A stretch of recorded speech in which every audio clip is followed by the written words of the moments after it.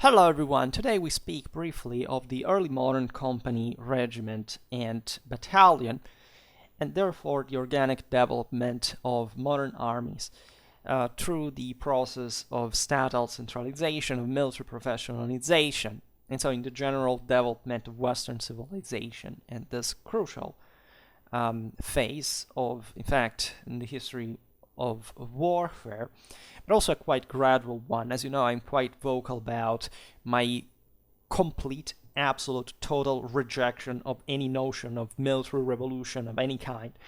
And it's just a matter of decency if it wasn't just historical method. So I will not digress on this again. And I will try, as always, to explain things still in a way that indirectly reflects such judgment. But I will talk hopefully more about modern warfare, especially early modern warfare. There are so many things we have to do so far in my video cycle. That lasts quite long. I don't have so many modern warfare series. Yes, I have some general one that I've been making for quite a while, like multiple years, and also just recently introduced this kind of more still in synthesis type of modern warfare altogether, from, let's say, the Renaissance to Napoleonic times, that is too general at a point. So I hope to get actually much more thorough detail, and starting, however, from kind of a more structural, but not structuralistic concept, like general one, the overall, the comprehensive one is really crucial.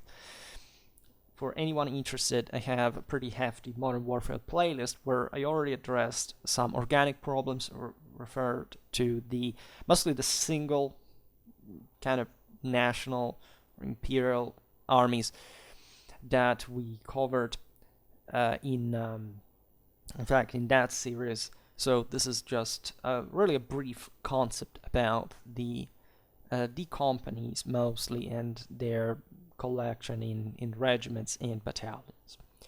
Now, organizationally, as you know, each early modern army was still essentially a collection of companies. Whether it was statally recruited, that was a big deal, and just meaning essentially the average professional company that was around, also from a mercenary background, who was financed directly by the state, is fundamentally a permanent force, and or mercenaries that were levied still by statal expenses, let's say, but ad hoc, contingently, and that could be found just because they were essentially private military companies that you could contract for a certain amount of time. So it's actually there's nothing, in fact, specifically modern about what we are witnessing in this phase, right? The actual divide is the one from the ancien regime to the contemporary absolute state,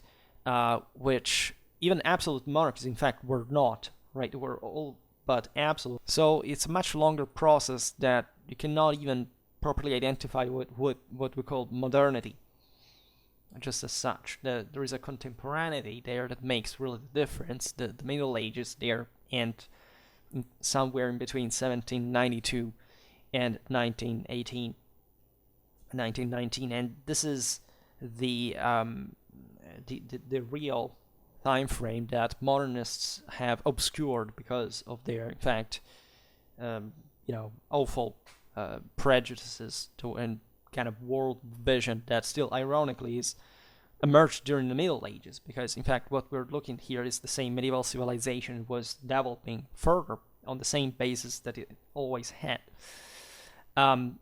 So the company has also a broader universal meaning, because tactically it's essentially the largest unit that is directly commanded from the within, right?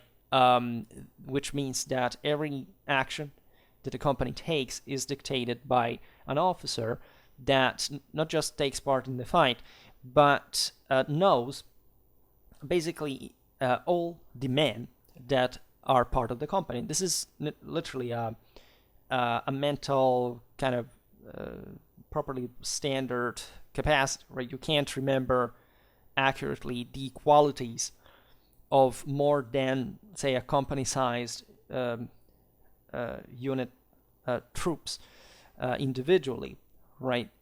Because you would simply forget of those people altogether, right? You did around 100, 150 people is essentially what your brain can remember about, who's that guy, what can he do out there in the field. And so organizing the tactical initiative at that kind of unit level. For the rest, the higher formations fundamentally are just witnessing what the companies do, right? And this is particularly evident, especially in the early modern age still. If you look just on paper at what fundamentally armies were. Alexander Farnese, who commanded the Spanish army of the Netherlands, informing King Philip II of Spain of the status of his troops in 1588, indicates for each nationality the number of banners that made it up. Right? For example, the Italian infantry was made up of 5,339 men, divided into 59 banners. Well, these banners were essentially the equivalent of the company.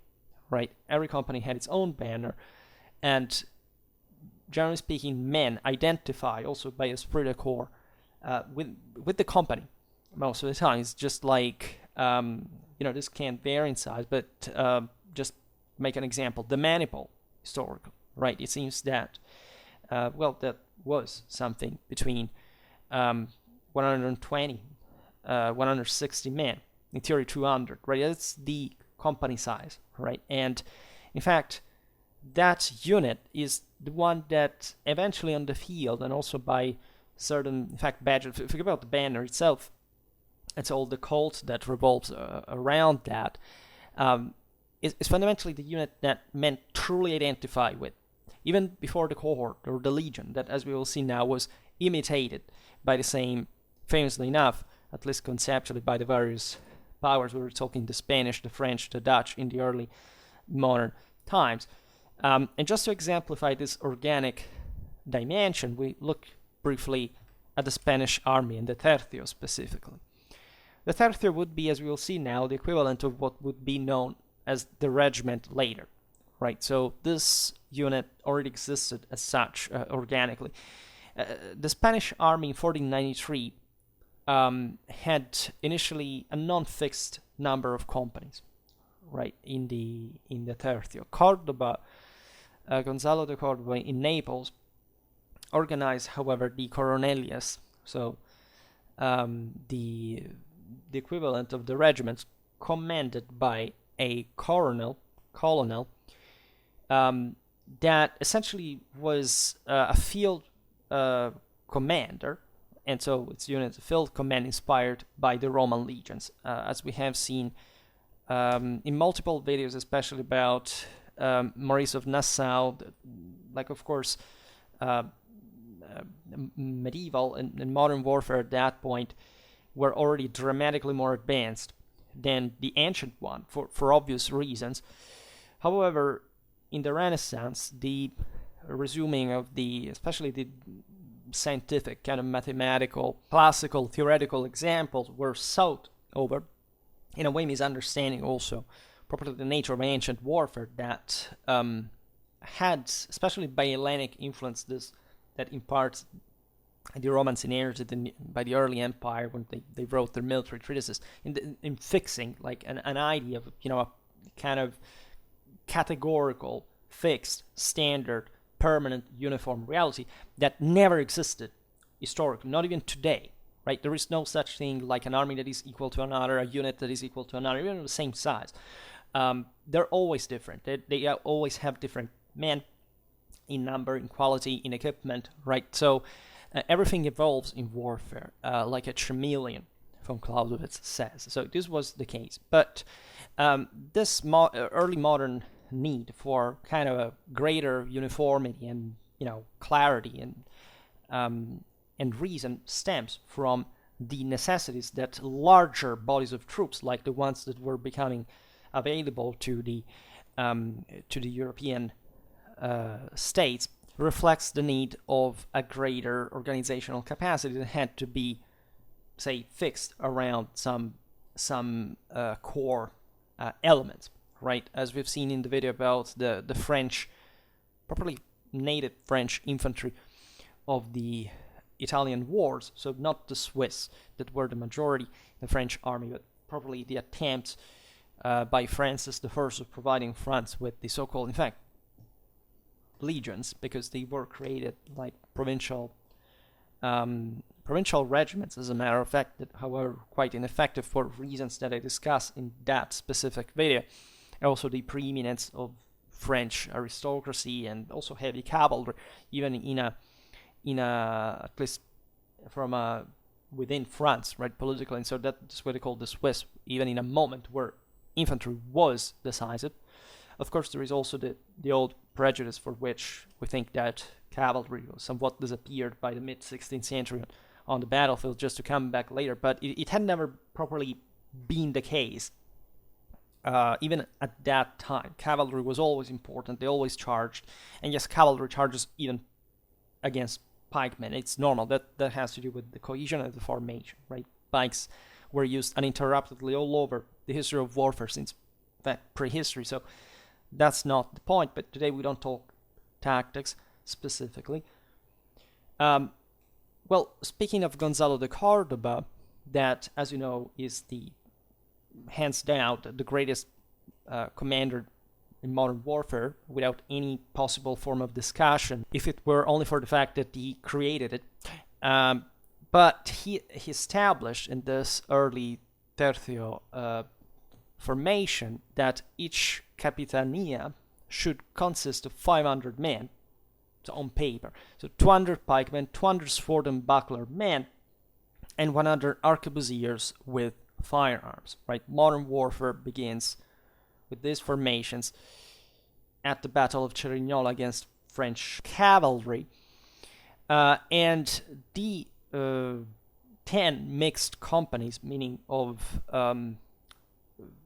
this type of tactical specialties mixed within the same, plus 2 other companies of pikemen alone, so 12 companies, formed a coronelia commanded by a colonel, in fact, colonel, for a total of 6,000 men, given that there were 500 men, as we've seen, all together, if maths is not an opinion, which it is, by the way, as in reality these numbers, in fact, were never met, and that's what we'll see briefly later, right? The necessary reorganization of the Spanish forces after the Italian wars became official with the 1536 Ordinance of Genoa, for which each tercio consisted of 12 companies, 10 of pikemen and 2 of arquebusiers. So in theory, each company would have had around 250 men, given the tercio total of 3,000, right? In fact, throughout their history, their average strength was only about 1,500 men, and even less. Right, we'll see it now. So this, however, core of essentially 12 companies forming a regiment, the tercio, would be, given that this was the strongest army in Europe for 2 centuries consecutively, and providing for the model of any other Western European army, remained the base for any other organization. And unit size, etc. Naturally, there was nothing hypostatically crystallized even about the regiment size, as we will see, German armies that were still part of the Habsburgic Empire, so very strongly influenced by Spanish warfare in basically any aspect, could have more or less companies, right? And this depends on the fact that Spain could afford naturally that power and that level of military advancement because of its power as a state, its wealth, etc. So pioneering that process of further, let's say, in fact, uniformation and stabilization, professionalization, and permanentization of the army, which was not the normality, if not for its clothing/uniform. But we'll see that there was a huge cult attached to it, Even the same disciplinary measures in theory were not necessary, because the honor and the prestige participating to it would make just any deserter like an outcast in that kind of imperial, universal, traditional mentality. But this was the army that, in a sense, maintained the most before Louis XIV and perhaps some other, more brief occasions, exactly in that same, previous 30 years period. The two were standards, kind of uniformity and permanence, right? Surely the Dutch, the Swedes, achieved this. In many ways, the Dutch, if anything, because they were literally fighting in their home. They had a lot of money. They had a fully mercenary army, practically, because they could afford it. It would remain the characteristic of the Dutch in many ways. French money created the Swedish army that also, as you know, spread further through its German campaign. This very strong permanent method that, however, by a certain degree was also contracted because of the end, as you know, of Gustavus Adolphus, and there was not really a true continuity or standardization of foundation. We have seen it in many times, because there is a mythology revolving around this, especially the Protestant reformers. If you look at, for example, at the Spanish army, they were doing the same things, even tactically speaking, organizationally speaking. So it's not really a premise. It's been like more of a Black Legion perpetuated at the expense of Catholic powers from Germany to Spain, it doesn't really speak the reality of the situation. The same French army of Louis XIV that was at the avant-garde of the modern army and its incredible standards was still relatively heterogeneous, right, in terms of equipment, of clothing. Yes, they began to introduce uniforms. We know this thing of the uniform is also quite misunderstood. Some attach it to Gustavus Adolphus, some to others, but a degree of uniformity had always existed. Like when these companies or even regiments were commissioned, they sometimes had a standard color already, right? The same, I don't know, what do you think an army at the end of the 18th century, beginning of the 19th century looked like after, a couple of months of campaign? Like, uniforms do not physically exist anymore after that. So we are a bit war gamistically obsessed with, standardization, because secularism and modernism are hysterical about any individual effort to sensitively assess and judge every single reality for what it is.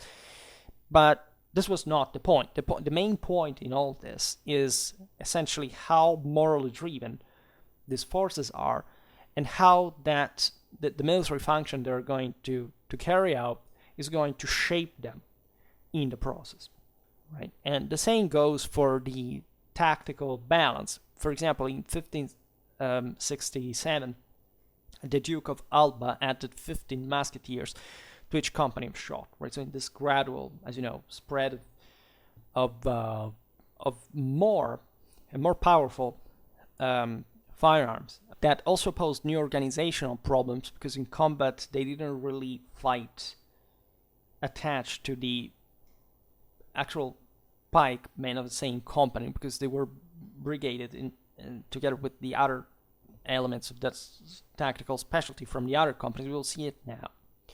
At the beginning of the reign of Philip III, so the reign was from 1598 to 1621, the number of companies in the Tercio was increased to 15, right, if serving in peaceful Italy, or 20 if serving elsewhere in Europe. However, the number of men in each company was reduced at this point to something like 100, 150. So the nominally pike companies were already formed of pikemen and musketeers in equal numbers by this time.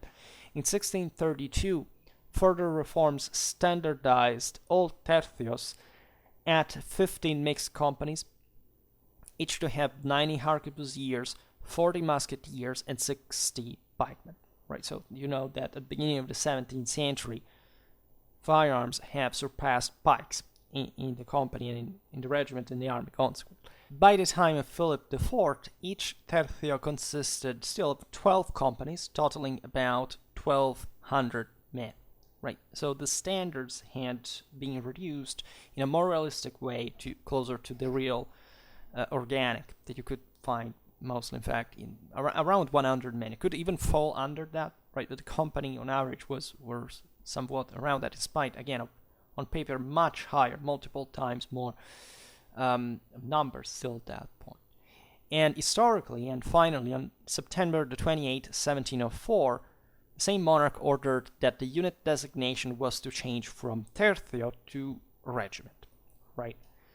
So, equating to, if anything, also the vocabulary that at that point in Europe had become standard to define that type of organic unit. Now, each company, if you look at it, was an autonomous administrative entity, right? So it was, especially at the beginning of the era, conceptually the company to make up any other kind of unit, of higher unit that, as we have seen, was commanded, again, by an overall officer, but much of the tactical autonomy, interaction, and in fact decision relative of how the fight would have evolved once the regiment engaged fell on the company and their captains.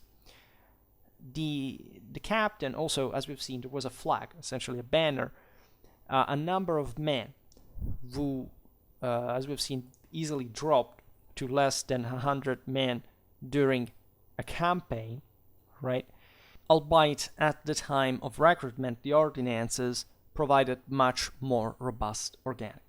Again, the ordinances were the same contracts that we've seen also recently in the video about the French ordonnance of the Royal Army, etc. And again, the essence, the military essence of these units was the same with the mercenary ones, right? And very often they were born as mercenary ones in the first place, given that also the recruitment pools were quite informal in many ways. Again, they were mostly subcontracted to people devoid of any scruples that literally hunted for other people in the countrysides and forced them to be hired. That's how, like, 18th century European armies at large were recruited like this, right? There were actual companies that were deputed to this work, of course, with the platet of the sovereigns, right? But also recruiting these troops pretty much from everywhere. There were also quite multinational forces,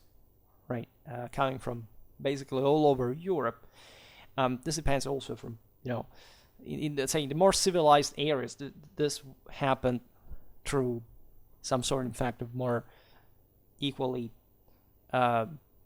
civilized manner, like to a more mediated and kind of legal and traceable way. Whereas others, again, it was bringing in all you had with means that you wouldn't want to know, and filling the ranks that also, as a consequence, we imagine, were deserted quite frequently, pretty much everywhere. So this was the standard plague of modern armies, as it had always been, right? Aside from the deaths mostly occurring because of illness rather than actual fight, there was a constant rate of desertion and reflecting that degree of lack of control. That's why before I was saying that the moral standards were very high, right? Because it's not that the Spanish army, for example, had particularly low desertion rates, but they still maintained some very high levels for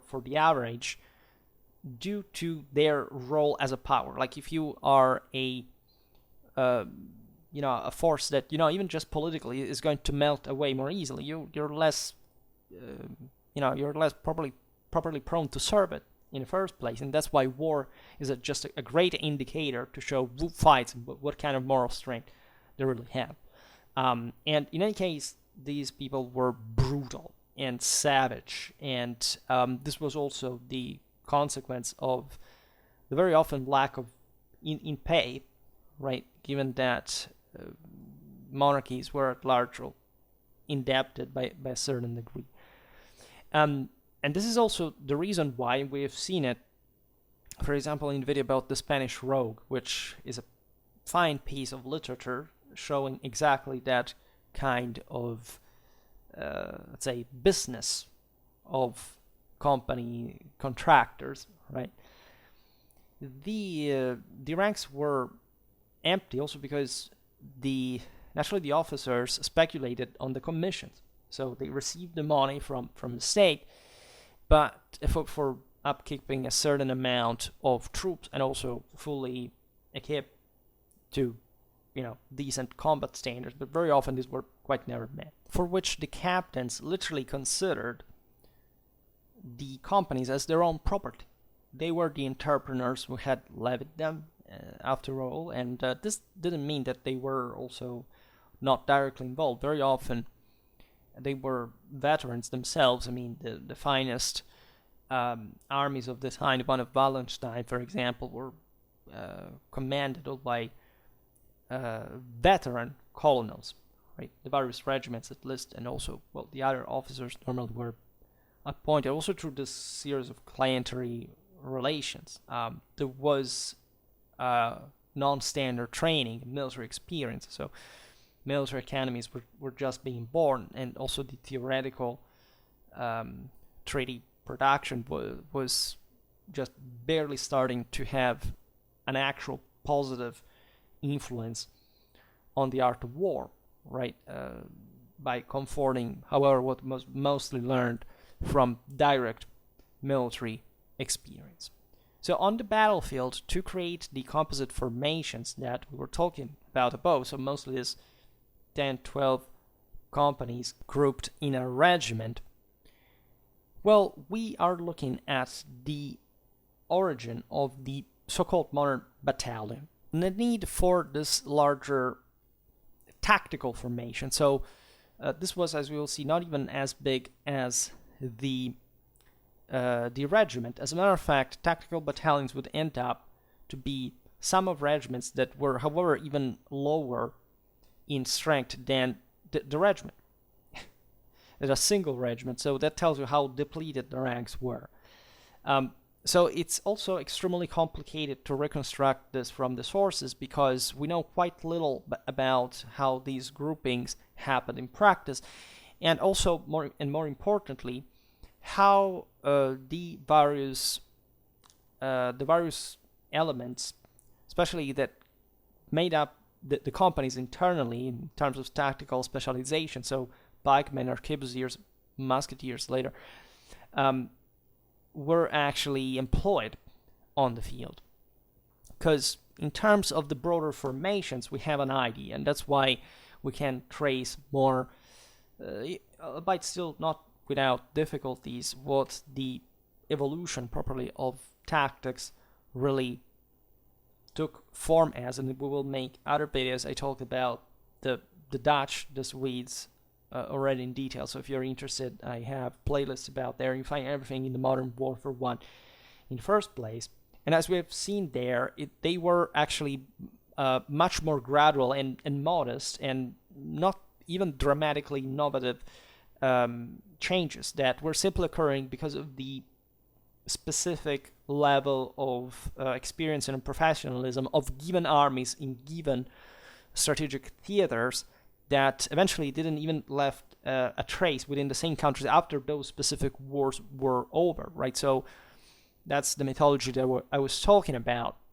But when you begin to compare the various systems, and that's where historiography should head towards, because an awful few of this has been practically done, and I say it even just as a medievalist who, I can assure they're not easy topics to study, but at least, studies, a smaller, less documented system, and even the modern ones where there is really a lot more, and you can imagine definitely that if historians, as they didn't, in fact, didn't provide with a comparative and diachronic, in fact, study of all the various armies, at least in Europe at a given time, for the modern age, it's not been done. And so we resorted to fireworks and other, amenities like the military revolution and all these things that never existed historically by any degree. In any case, as you know, probably, in battle, the companies were essentially split internally, like merging their own separately different components. Like all the arquebusiers were grouped together, all the pikemen were grouped together, so the actual companies were divided in the field. And this is famously known. I mean, even if you look at the initial formations, you realize that, the pike square, the typical tercio of the 16th century, had this, different smaller wings of arquebusiers from one side and the other. Of course, there was a very complex, even there were some sort of, strengthened corners with other little squares, like a fortress, right? This is the same reason why, for example, at corners of the battle line, grenadiers later on would be deployed, right? Because they had to reinforce that weak spot just to make a bit of, précis de l'art de guerre, as Jomini would have liked, even though, as always, Clausewitz it was moral force that made the whole thing. But internal lines were considered, and especially in what was a tactically, let's say, in fact, bulky system, the one definitely not an agile or particularly flexible one. In early modern times, they mostly relied on these massive pike squares that had to advance very gradually, and objectively made the thing, because until orderly and repeated musketry fire didn't manage to cut down the pike columns advancing against them, as light infantry versus heavy infantry, you have pike squares, right? With lots of other changes, including, in fact, the thinning of the lines. There were linear tactics that could exploit greater volume of fire at a given time, and also functionalizing the various rank fire interaction alternation. This thing of grouping troops from the various tactical specialties was really normal since ever, right? You find the same thing in medieval times, right? Wherever there was like a company that had, heavy cavalry, light cavalry, foot missile troops, they were in battle, all deployed separately with their homologues, right? And this naturally increased the need of greater collective training, which is the one that makes, of course, military quality in the first place. So discipline, order, cohesion, which you can't have without a massive statal expenditure for consuming the resources needed for the same training, right, over and over again. So what you see in modern Europe is, aside from the top countries, or the ones at least that were on the fort, that were also not particularly different in practice, and especially from a tactical point of view from the others, you realize that most powers didn't have those capacities, and that's why they, it took more time for them to adequate to the system. And the same war pressured them to do so, by the way.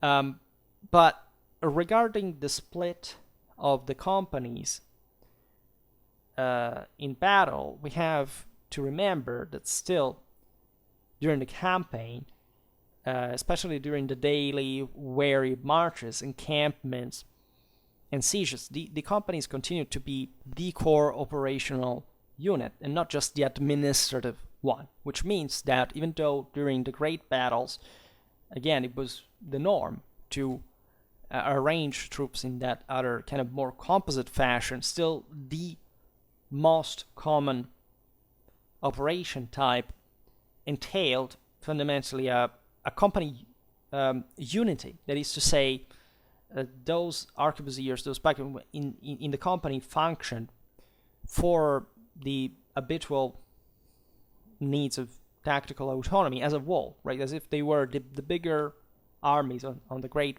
pitched battle, but on a smaller level, right? And this favored dramatically the same homogenization at some point. We have seen that even the prevalence of the musket, etc., had much to do with the continuous need for a greater interchangeability, as warfare was dragged on, yes, also in these other operations that are not just a big battle that happen continuously, but also you have ever larger armies by a degree. So the arrival to a single type of infantry is essentially the musketeer, aside from the technological improvement of firearms, also reflects this. We have seen this often. I don't know. For example, the Swedish army that invaded Germany in the 30 Years' War counted on much more pike, a much higher pike ratio than it would actually have during the campaign. That actually boosted further the prevalent need of musketeers. That is to say, some soldiers that had been trained as pikemen at a point threw that away, because during the long marches it was exhausting. It was much better to be tactically ready, also during ambushes, skirmishes, etc., with a musket. Yeah, right.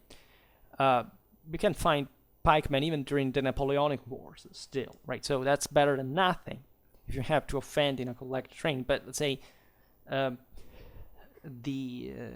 the availability of weaponry because of state supplies, etc., would simply point towards the most functionalized direction. This is a bit also like the English armies of the Civil War. We made several videos about them, especially about infantry, and we've seen there how it's no coincidence that aside from the various mostly English battlefields full of hedges, and so rarely even here open plain battles that also were not so infrequent, not even in previous centuries as it's usually told, but comparatively they weren't frequent with the other form of operations, required, for example, much more musketry than pikes. It's kind of obvious, right? And it's not a surprise that things like, I don't know, the new model army also appeared in its unity, professionalism, and also part of permanence with the creation of a different state from the one that England had before. This is why especially the year of the 30 Years' War, that was, however, the single most devastating one. Fought, 1/3 of the Germans died. Was a freaking it changed an era. Like the Westphalia. We have again sclerotized Westphalia, geopolitics, modernity. None of that is true as well. But let's say the boosting that also the 30 Years' War gave in that kind of subtle development was, as you know, dramatic, together with the military one. Well, this era saw the full affirmation of regimental organization. As we've seen, the regiment already existed. We have seen it in the Spanish army. Was the tercio, the single regiment. So again, that was because it was a bigger power. In Germany, the various little states, the same empire in itself, didn't have all of that, right? There was an enormous expense. There were tens of regiments at a point, but with the usually chronic manpower shortage. So the entrepreneur who agreed to deliver a certain number of companies, if he was a soldier and personally commanded them in the war, took the title of colonel, as we have seen. And all the companies under his orders, from a minimum of 5 or 6 to 10 or 12, constituted his regiment.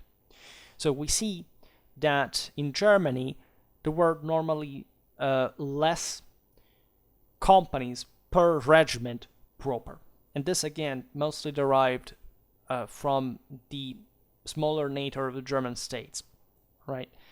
Aside from even their internal depletement during the campaign, it was normal, but properly the organization relied on up to half of the, for example, the tercio companies. This depended also on, naturally, the political, but also the strategic nature of the 30 Years' War, that in many ways was much more messed up, right? And in terms of fragmentation, and so the same 30 Years' War, we never made a real video about that. It's a pity, but we'll see it now. Were somewhat more parcelized all over the country. That this reflected its political map, as you see, as there were hundreds of German states, and so this was the norm up to the 19th century. It was extremely complicated even just to organize something uniformly, and the same Habsburgs of Austria struggled dramatically to have like truly, solid army that, however, if it hadn't been for the French intervention, was winning the same Germany, as you know, especially in the first phase of the war. Basically, the war had finished, the Austrians and the Spanish had won. In any case, depending on this, the regiment could operate as such on the battlefield with that given amount of companies. It could be still grouped together with others to an equivalent of the same regiment of larger proportions, right? Because the idea is that tactically wise, still dependently from organization and the forces availability, given that these were also more or less coalition armies, in the bigger battles, still you had to fight in the same way, right? So this didn't affect the specific nature of warfare by scale, right? It's just that, smaller units were needed for smaller theaters of operations in a way. Thus, just like in the Spanish Tercio, we see during the among the German armies, or at least the ones that participated broadly together with the same Spanish ones in the 30 Years' War. As you know, it intertwines with the 80 Years' War and the Dutch Revolt and so on. There was a big deal of actually administrative theory that didn't affect the military practice, so that also the armies of the 30 Years' War began to organize themselves to something similar to a regiment. And these were called battalions. So in practice, the companies were supposed to form up in 1,000 strong tactical battalions, the equivalent of a regiment, as we've seen. And in practice, the formations were often termed brigades or battles, because rather than being subdivisions of a regiment, because conceptually and administratively the company would be, they had to be formed by combining the whole strength of what were also administratively several weak regiments, right? So this could bring terminologically even to a confusion, but you have practically that the battalion, so what would conceptually be more regiments together, was actually even a smaller unit than a regiment, and factually equating to the average standards of what, in fact, the habitual understrength campaign regiment really was.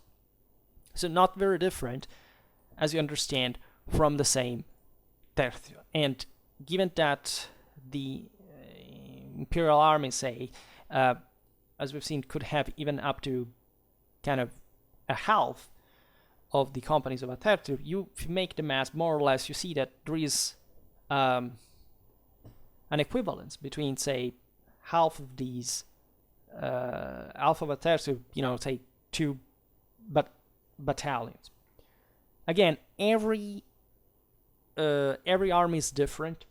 You can't have a mathematical or categorical approach to this and just saying it's always like that, fixed, crystallized. It never was, right? But you can see exactly from the math that there was still a core that made the purely military matter, right? Still emerging from very different political and social backgrounds. During the 30 Years' War, it was not unusual for a regiment to be reduced to 300 to 500 men. Right? In any case, the regiment still, as such, conceptually, came to have an identity of its own. Right? As an organizational form, it still was considered as a viable organic standard, which was increasingly recognizing the fact that the colonel owner, say the Inhaber in German for that matter, of the same color for his men. And this reveals you how, in fact, important tactically this unit really was, because uniforms begin to spread essentially at the point at which tactics become more complex, and therefore you need to know in that mess that the battlefield is, say more or less quickly, who that unit is immediately. So that's why they began with very simple characters, and which one is simpler unless you're not colorblind than colors. We've seen it in the so-called colored regiments of the of Gustavus Adolphus' army, that incidentally were all mercenaries, right? Different from the native Swedish units. So you have the orange, the red, the white, etc.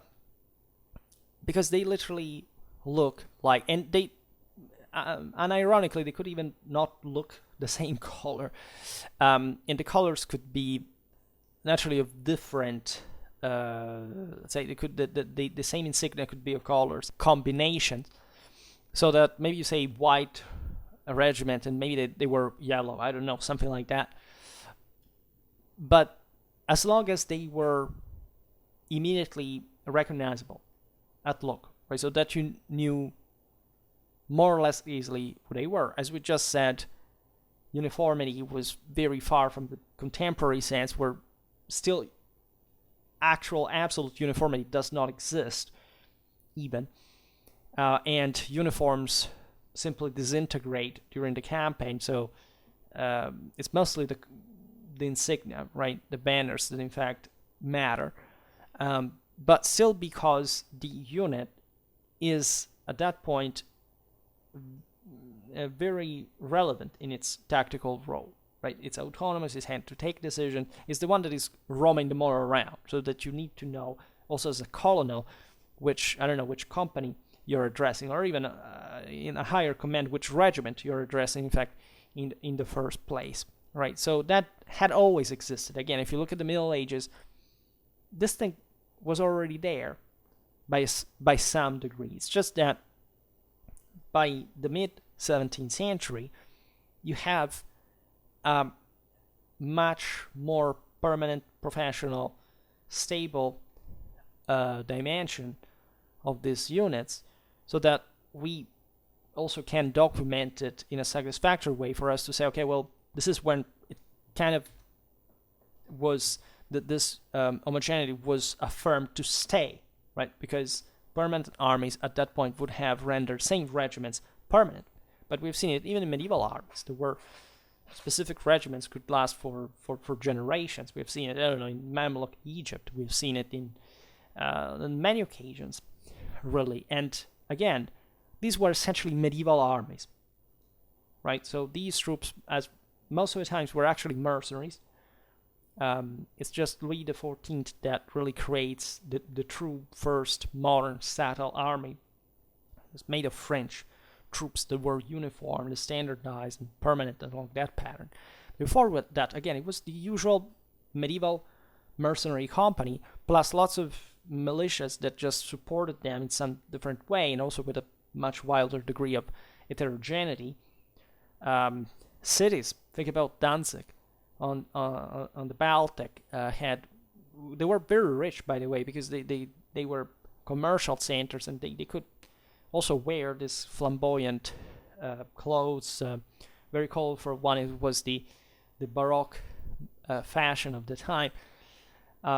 But true statile armies based on kind of significant political unity and landmass dominion needed to rely on much more systematic, permanent, and homogeneous military systems than just like a coalition warfare. Right? This was extremely important also from a doctrinal point of view, right? Because the art of war eventually evolves in just one century up to von Clausewitz to the highest ever reached from Clausewitz onwards to this very day. So it's a very important civilizational step that is pioneered by the early modern state.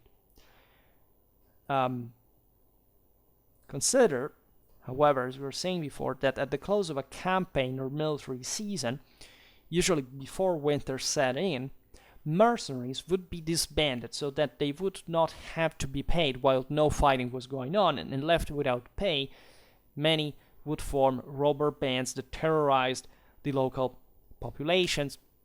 If you have ever read von Grimmel's House and Simplicissimus, you know how your eyes can be opened about 17th century Germany and what that was actually like.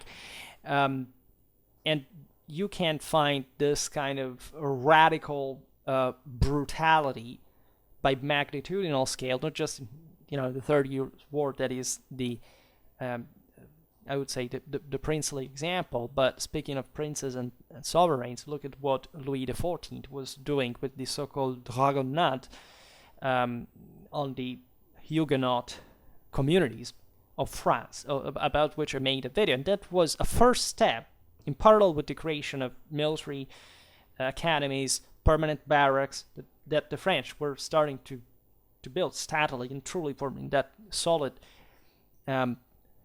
advanced, centralized, modern fashion. But still, how hybrid in fact the system really was, and how the troops were normally billeted along the communities. And great part of modern stately development essentially derives from the avocation of some community rights in exchange for the avoidal of, in fact, this company's maintenance. We have seen it in the video about the French ordonnance during the 15th century, that essentially these troops were maintained by the local communities, right? So towards the 17th, the 18th century, if you look at states like Austria, Prussia, etc., you realize that the state began to that needed an army, because they were constantly at war, needed to get the money to hire it, and so to also simplify much from a logistical point of view, also properly the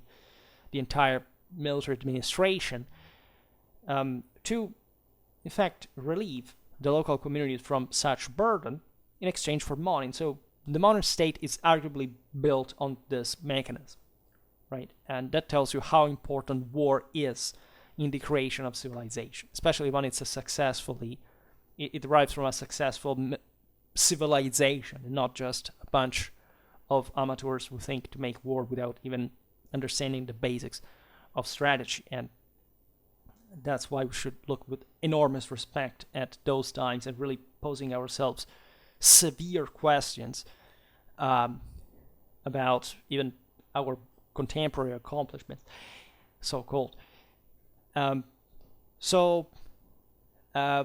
The regiments were, however, the first units to be maintained as standing formations, at least at that scale of organic.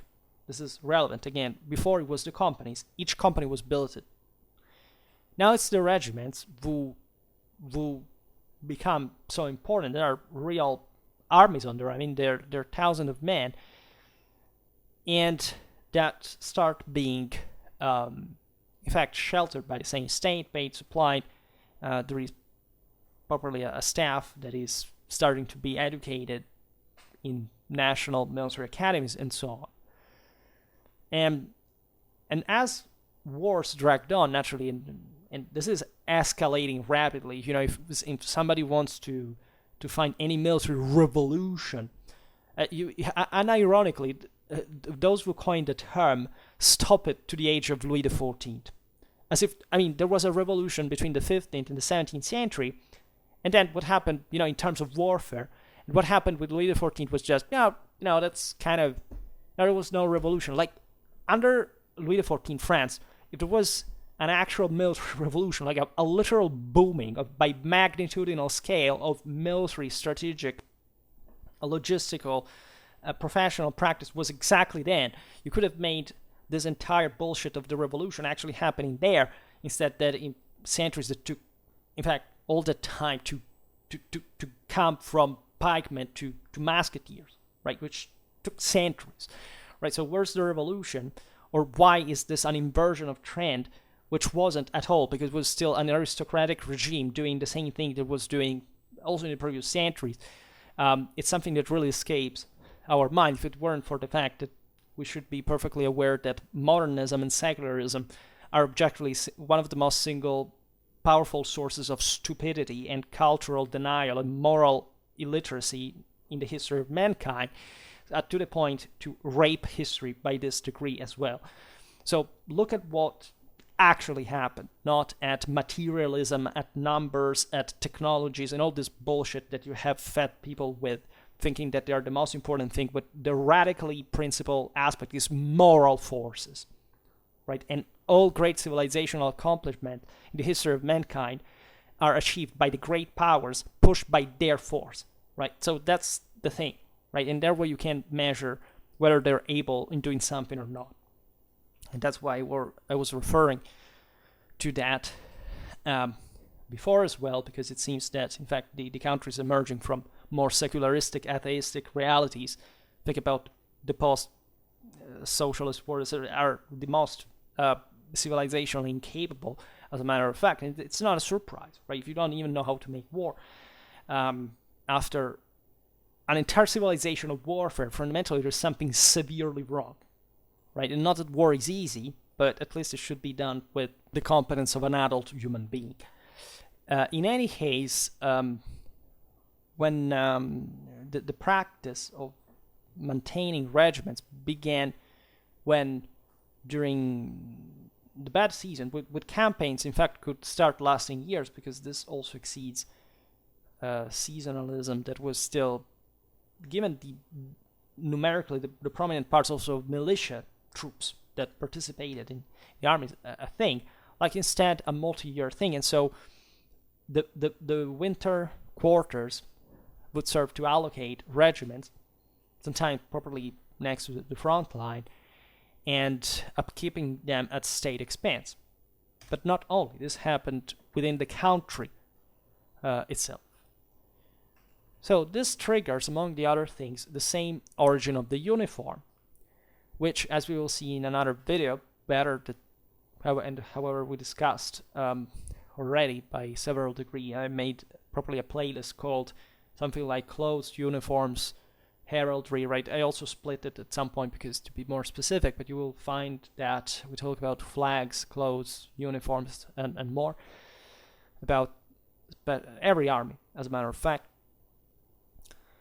will no longer be imposed at the level of individual regiments, but of entire armies, right? That's why you start having kind of national colors, like with France, gray, white. The British have the red coats. You have Prussian blue, etc. Naturally, this also didn't start immediately, right? This is, together with other aspects, destined to assert itself on a large scale only in the 18th century armies. If you look at the Sun King armies, you have still regiments having different colors. And they literally have their own colors as different regiments, because the regiment was everything to these troops. And so there is a glory still today. Like we have in some modern militaries, in fact, regiments that have a very old history that begins at that point in the 17th, the 18th century, or ideally also before, depending on what criteria are actually taken in consideration. And so you have there the passage from a regimental to an army color, that is mostly designed, of course, to identify the line regiments, given that these are basically the core of the army.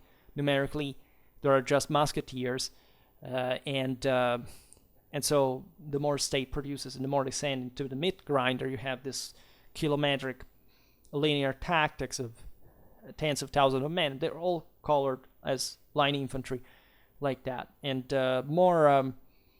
more variety. And we also discussed this in the cavalry, also because of the ethnic styles, the kind of again, the fact that the aristocracy would always maintain also more customized, personalized standards. Like officer uniforms were standardized later than the troops, because of course, like, who cares about that? On the contrary, the officers should be easily distinguishable from the other troops, right? Somebody would think this is suicidal.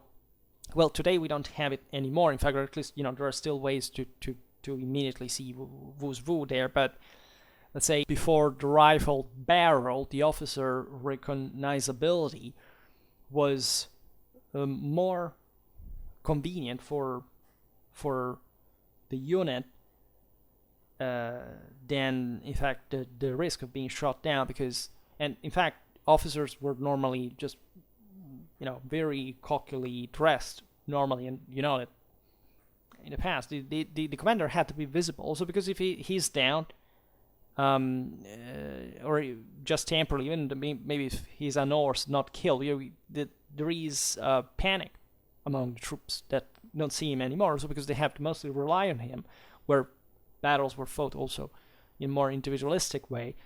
Whereas towards modernity, at least, and you see it even properly from the type of uniforms, the type of hats, etc., it's only, again, the rifle barrel that brings to the idea of, okay, that not just everybody has kind of to look alike by some degree, but also literally the battlefield has to become empty, so that you don't have thick battle lines, because if the troops do not use open order, they would be simply gunned down immediately with rifle barrels, machine guns, and so on.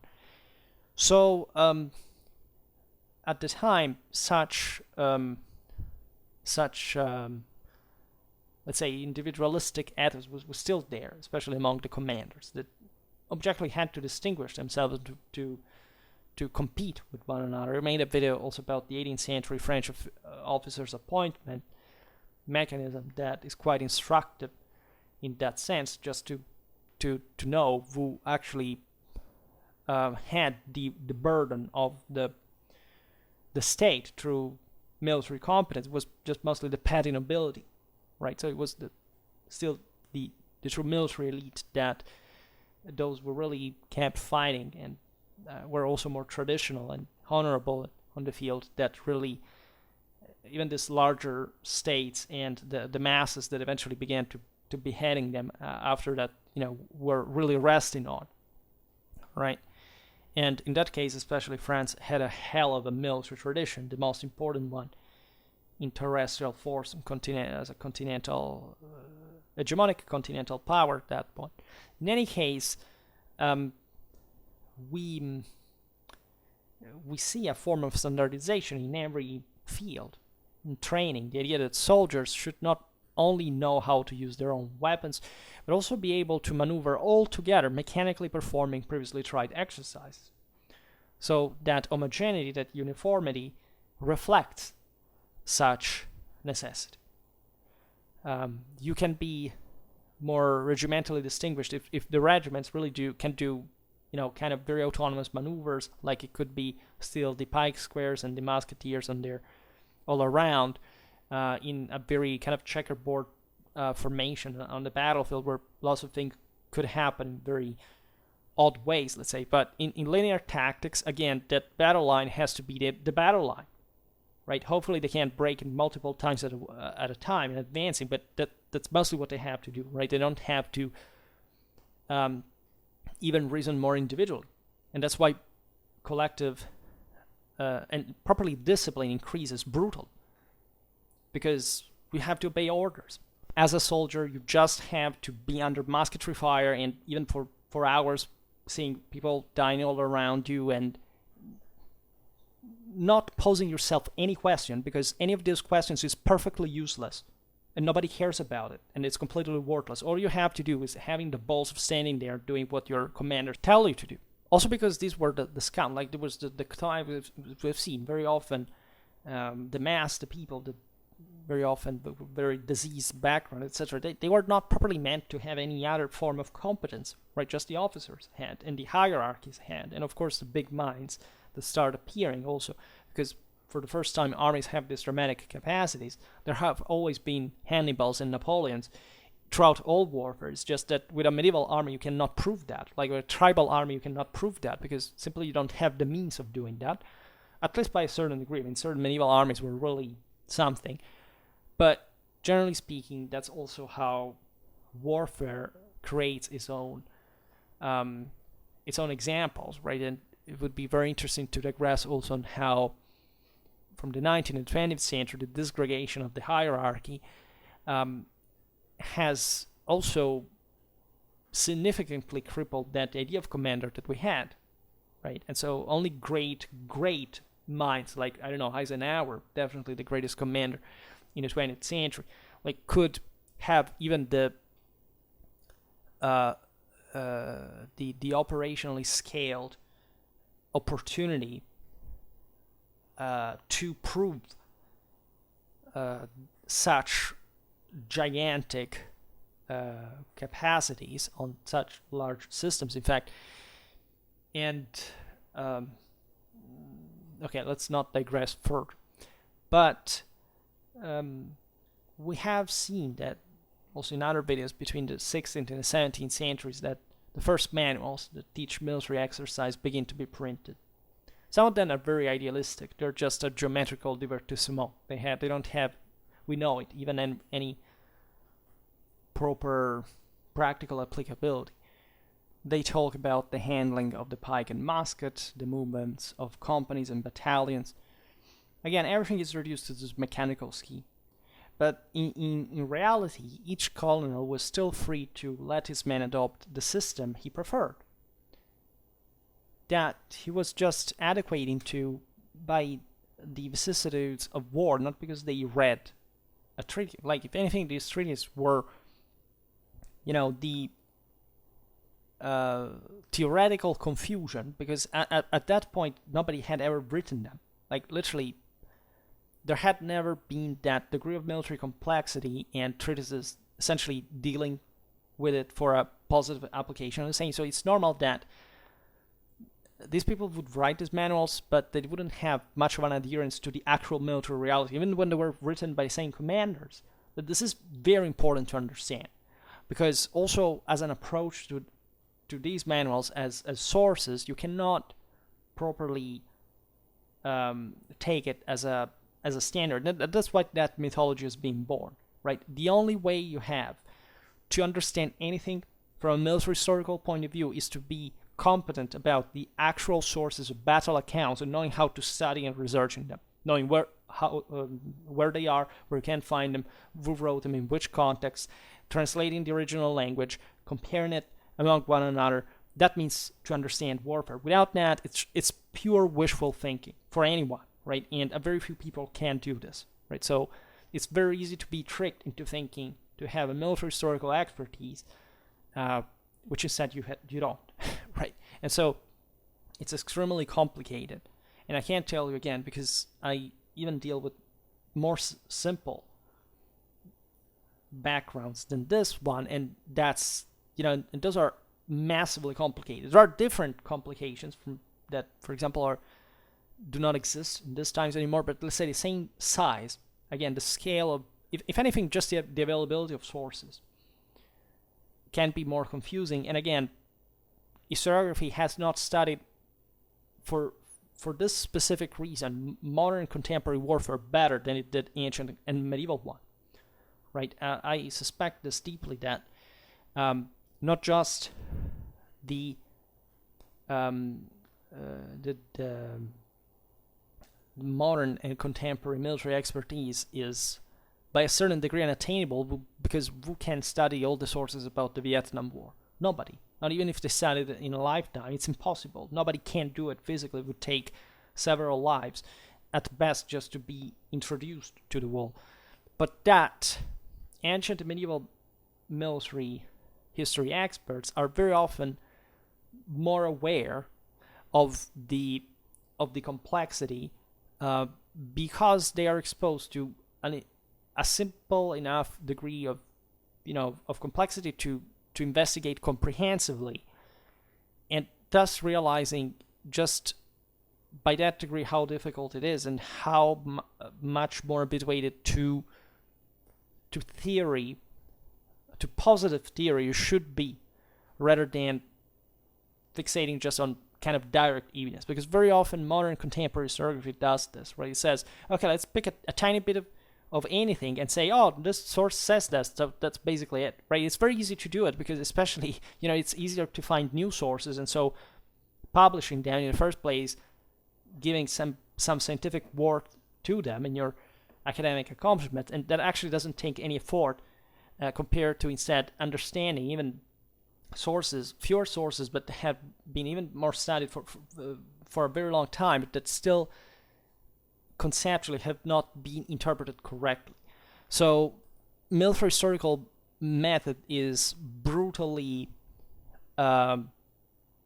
severe, harsh, and not even particularly rewarding, because at the end of the day you never have a full certainty about anything, of course. But this is the only way to assess concretely even what it means to have a lot of sources, and knowing how to dislocate yourself in this abundance. It can be an enemy for your research as well. In any case, only with the great standardized armies of the age of Louis XIV, which we will discuss in another video, uniformity came to be characteristic in many ways. For today's topic, organizationally for each single regiment. And eventually this uniformity would be extended to each army in its entirety, right? And also there, just by different degree, depending on which entities we're really discussing, which degree of standardization and development we're really observing.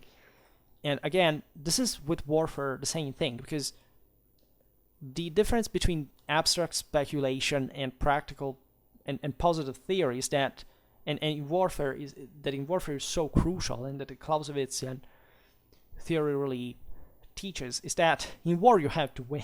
So you can't just speculate on how to win, right? With internal lines, this concept, you have to actually win.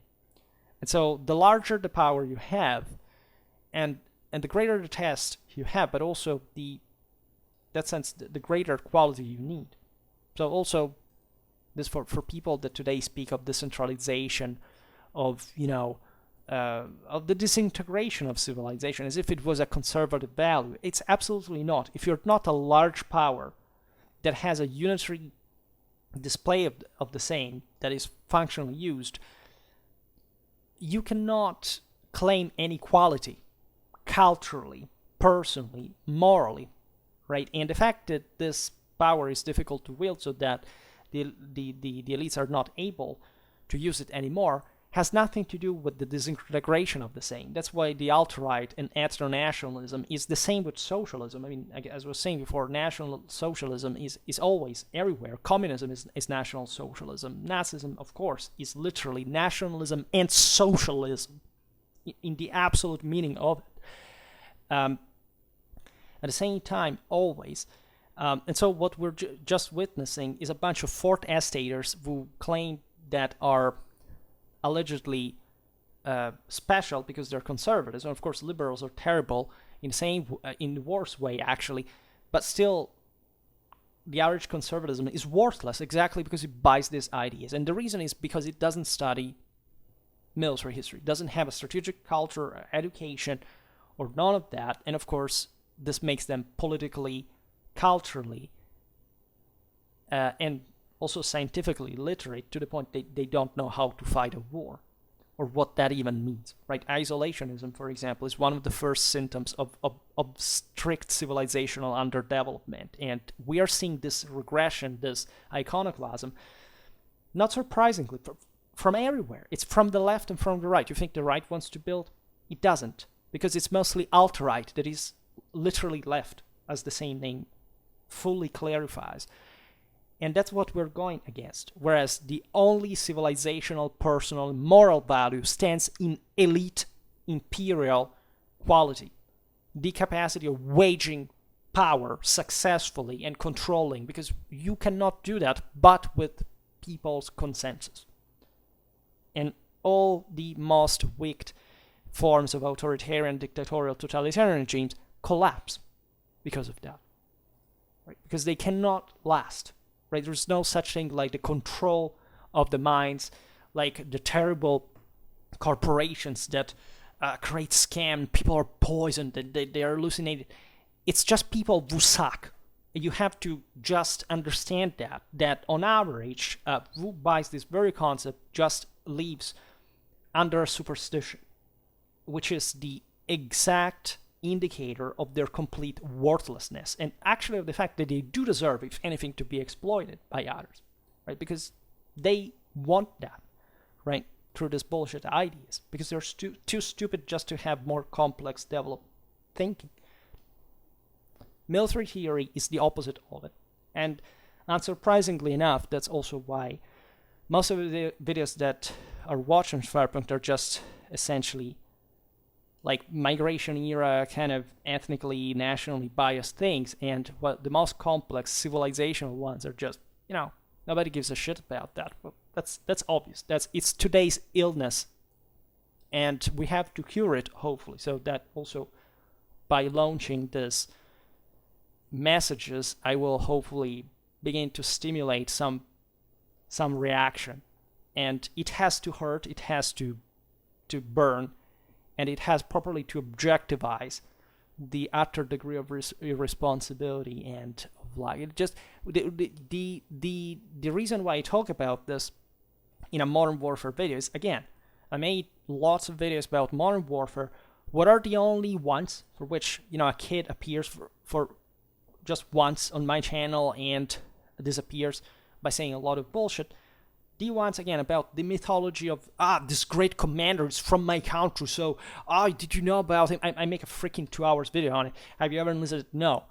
From the comment that you say, when I'm actually saying these very things, I know that you didn't listen to it, even. So that's the actual proof of what I'm talking about. And I count mostly on the silent minority that seems to me instead quite supportive for a reason that they don't tell, but I presume even in the fidelization dynamic instead is a reward for this kind of severity, but on the necessity of the same, right? And this channel will hopefully grow in this, thanks to this spirit, and not the magnetic calamitation of other chthonic forces that you still do need. And this is what military history shows, that scum of the earth that was of course hired by the various mercenary these various companies, was the one that in the right hands under the right commanders would make civilization, would be transfigured, hopefully, in the idea of the necessity of a military service, of a duty, of a civic identity, of devalue the cost of civilization, which today nobody's habituated to, because of course it's a bunch of slobs, right? And that's the actual reason. Always moral forces. This is what von Clausewitz teaches. Alright, so for today I stop it here. I just hope that you enjoyed this video. If you did, please share it. Otherwise, leave a like or subscribe to my channel if you're interested in my upcoming content. And for now, I thank you heartily for listening to me. I wish you a nice time and see you next time. Bye.